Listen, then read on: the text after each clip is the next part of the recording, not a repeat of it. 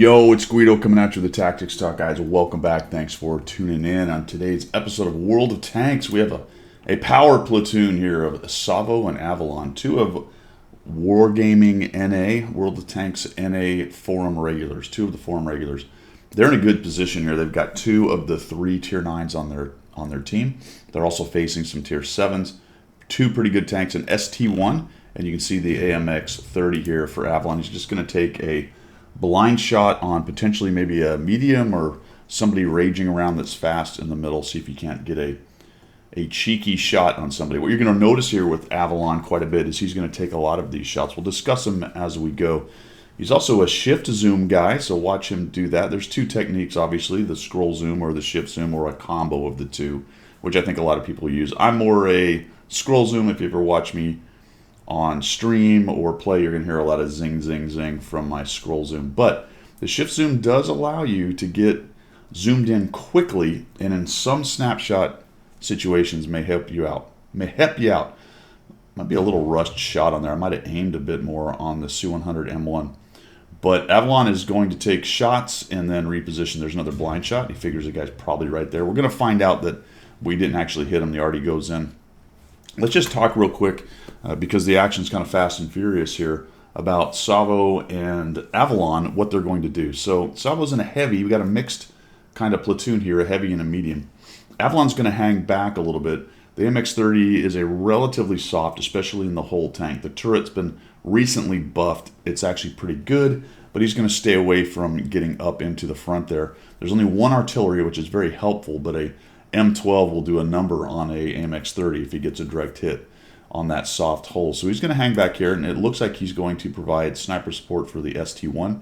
And not necessarily sniper, he's not really that far away, but he's going to provide fire support for the ST1, the T-54, the Lynx, and it looks like the Su-130 is coming in. It's a decent force. It's all of their Tier 9s, but it's not overwhelming. If you look over on the other side, on the west side seems to have the most tanks. Well, let's watch what happens with that idea. There's a lot of TDs in this game on both sides, so getting out in the open or pushing in unwisely is a bad idea. There's that shift zoom snap that ended up working out pretty nicely for him right there. So Avalon is going to continue to look for shots. So what we got here is Savo's up front in the big, beefy heavy, the ST1. Good at bouncing shots for sure.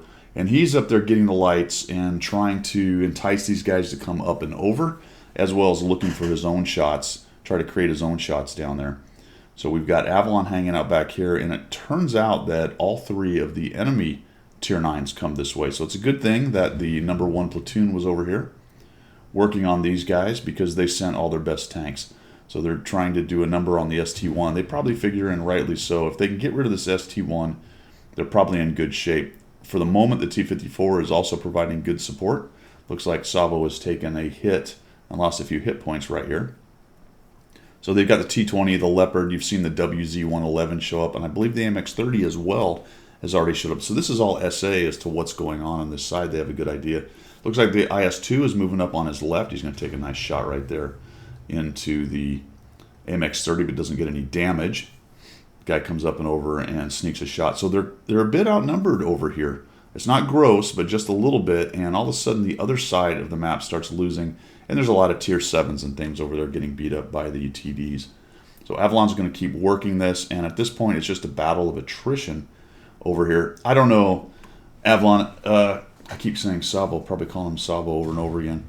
I may have moved up a little earlier on this, that's just me, but there are some pretty big guns, and cruising across that open area is probably not a great idea for the moment. And it sounds like, or looks like, Savo is actually doing pretty well. I'm assuming you guys had comms, so you're probably discussing it as well. Now, one thing I want you to watch out for here, he's taking some shots and not getting spotted. And specifically watch what happens here, because it took me a minute to figure out what exactly was going on. And it has to do with prepping the battle space a little bit. I'll let you know. Some of you know this position and will know exactly what has happened here, but I just want to show everybody else. Look at this guy coming in, right? That's an AMX-30. Does he kill him? He takes a chunk out of him. He has pretty good spotting, and we had a nice clear view of him through the bush. But guess what? He's essentially double bush. See those two trees that they've knocked down? Preparing this spot to be a kind of double bush spot, even though you can clearly see through the first bush. there is an extra bush being provided by the downed trees right there, and that stops him. Now he's going to courtesy back up just in case somebody gets burned through and can see him, but he is essentially double bushed right here for a lot of these shots, which was very interesting because I could not figure out initially how it was he was not getting spotted. We'll watch this again. Normally, without those 2 trees down, that's an automatic spot. The WZ, look how close he is. Would have easily seen the AMX take that shot, but you've got those down trees right there, which is, I suspect, what is happening. We've got Savo pushing in, getting a bit aggressive with the ST1. They've killed most of their friends over here. The Sioux is still lurking around. We're going to put a shot. Oh, I thought we got that shot, unfortunately, into the PTA. He survives, but the PTA wants to come around for another shot, gets thumped, and then Savo finishes that guy off. And it looks like we're going to now push forward, maybe. Nice shot right there. Actually gets into the side of the turret, I believe, or he got lucky and snuck one into the hatch. Don't know, but nicely done.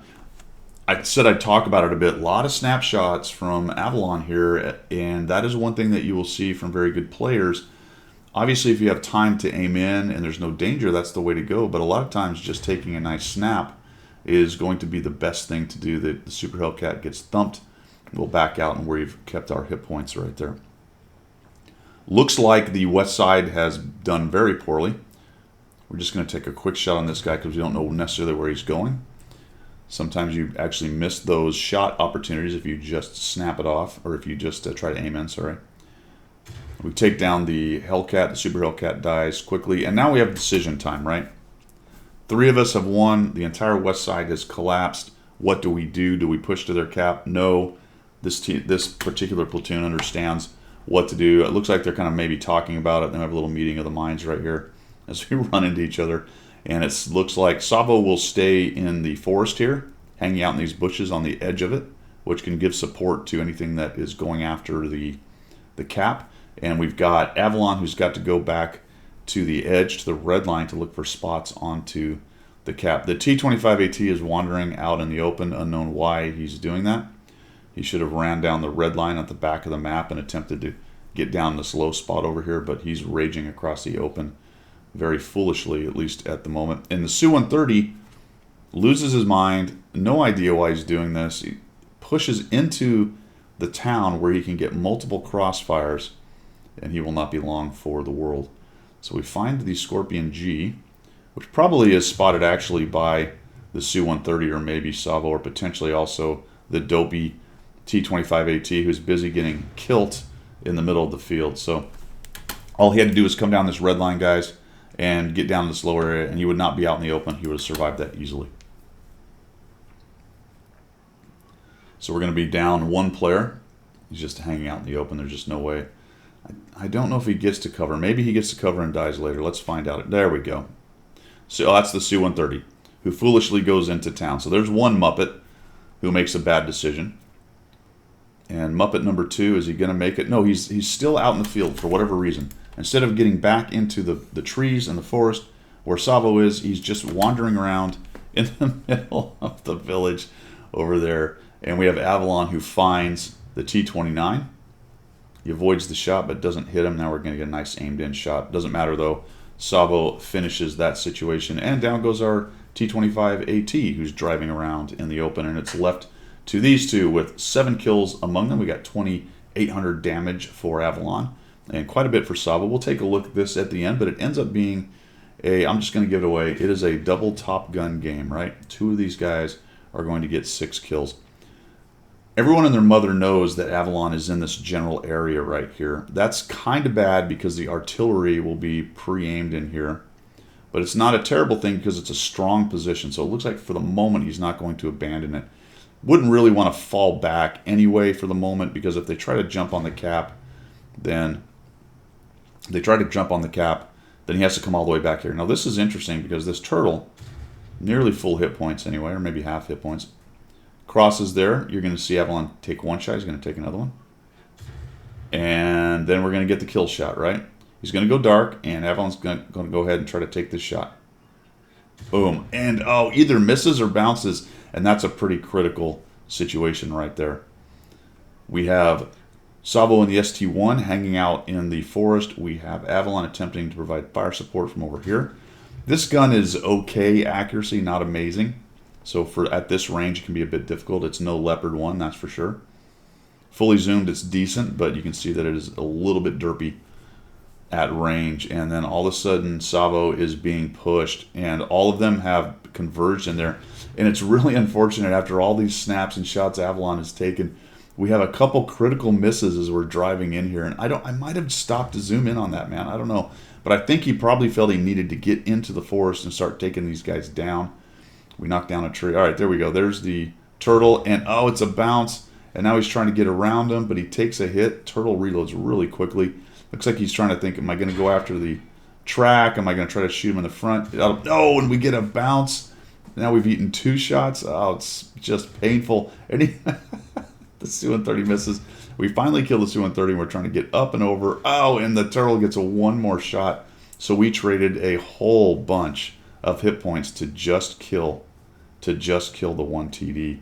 And that really hurt us a bit. But finally, we're able to get an aim shot and get the turtle down.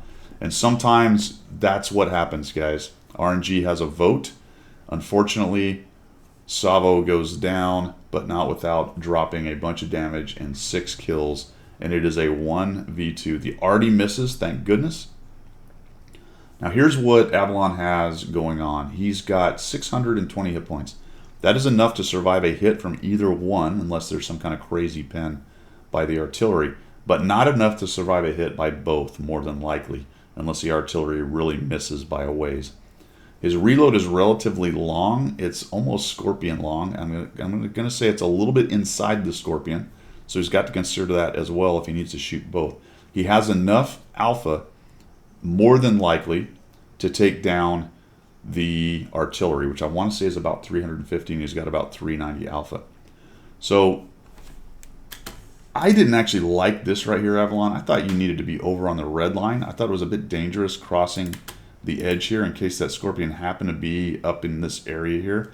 It looks like the edge where the bushes are up on that hill is well within seeing you, but you know what? I'm not the guy with 3,674 4 kills about to carry. So I honestly, though, I think you got away with it right there. Again, I'd have been in the bushes. I'm not really sure why you're traveling along the edge, unless you're thinking that somebody's positioned right on the edge, ready to shotgun you in the face. Maybe that's what you were thinking right there. Scorpion G was last seen well north, but it's a pretty mobile tank, so it could just about be anywhere. Tree down right in front. There goes the artillery. An angel gets its wings. 350 damage, and now it is a 1v1. We've got 4,000 damage with Avalon from Clan Senpai, platooned with Savo from the Clan Relic, and we are looking for a Scorpion G. Scorpion G is on low hit points, and it looks like Avalon's just going to cross over here being a bit aggressive. He knows he can take 1 hit unless some really lucky HE situation happens. So he's going to come up here and look for a little... And he just happens to proxy light him, right? He's going to come up to the hill and kind of see if he can look around, use his vision, but he happens to proxy light the Scorpion G, who's moved over the corner, and he basically says, you know what, Scorpion G, I know you can't kill me 1 shot. It would be highly unusual. I'm just coming around at you. Tries to track him. Doesn't matter. He does track him. He does have the gun depression or the kit, however he wanted to do it, and it looks like he did. He both, I don't know if you noticed that, he both repaired the kit and put his gun on the guy at the same time very quickly, and was able to take him down. 6 kills for each one of these guys. 4,000 damage for Avalon. I think it was 3,000, I want to say. Maybe it was 4,000 as well for Savo. I'll show you the card at the end of this thing. Really a clinic for a platoon working together and doing the right thing on the map. Great setup for them. They're 2 of 3 tier 9s. That is what you should do when you're in tier 9s, top tier as a platoon. That's the kind of carry. Although you would hope that your team would do a little bit more than theirs did. Still, that's the kind of thing that a top tier platoon has to be doing to help out their team. And some great decision making end game.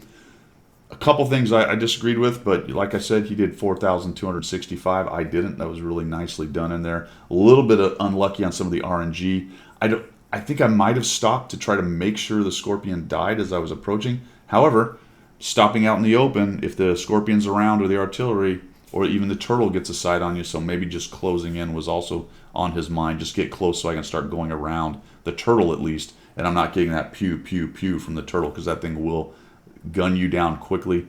It doesn't have great pen. It shoots very fast, and against a soft tank like this out in the open, it's going to have a pretty good chance of taking him down. All right, guys, that's all I've got. Really nicely done. The double top gun from Avalon and Savo. Thanks for tuning in, guys. Appreciate your support as always, and we will see you.